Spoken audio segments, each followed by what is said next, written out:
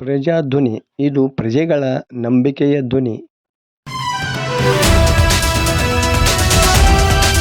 ಭಾರೀ ಜನಸ್ತೋಮದ ನಡುವೆ ನಾಮಪತ್ರ ಸಲ್ಲಿಕೆ. ಹಾವೇರಿ ಲೋಕಸಭಾ ಮತಕ್ಷೇತ್ರದ ಕಾಂಗ್ರೆಸ್ ಅಭ್ಯರ್ಥಿ ಆನಂದಸ್ವಾಮಿ ಗಡ್ಡದೇವರಮಠ ಅವರು ಬುಧವಾರ ಸಹಸ್ರಾರು ಅಭಿಮಾನಿಗಳು ಕಾರ್ಯಕರ್ತರೊಂದಿಗೆ ಮೆರವಣಿಗೆಯಲ್ಲಿ ಆಗಮಿಸಿ ನಾಮಪತ್ರ ಸಲ್ಲಿಸಿದರು.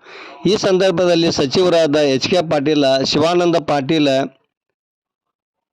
Basavaraj Shivannanavar, U B. Banakar, Srinivas Mane, G S. Patil, Prakash Koliwad, Rudrappa Lamani, R. Shankar, KPCC ಕಾರ್ಯಾಧ್ಯಕ್ಷ ಸಲೀಂ ಅಹಮದ, ಜೆ.ಎಸ್. ಗಡ್ಡದೇವರಮಠ, ರಾಮಕೃಷ್ಣ ದೊಡಮನಿ, ಸುಜಾತ ದೊಡಮನಿ, ರಾಮಣ್ಣ ಲಮಾಣಿ ಸೇರಿದಂತೆ ಮತ್ತಿತರರು ಇದ್ದರು.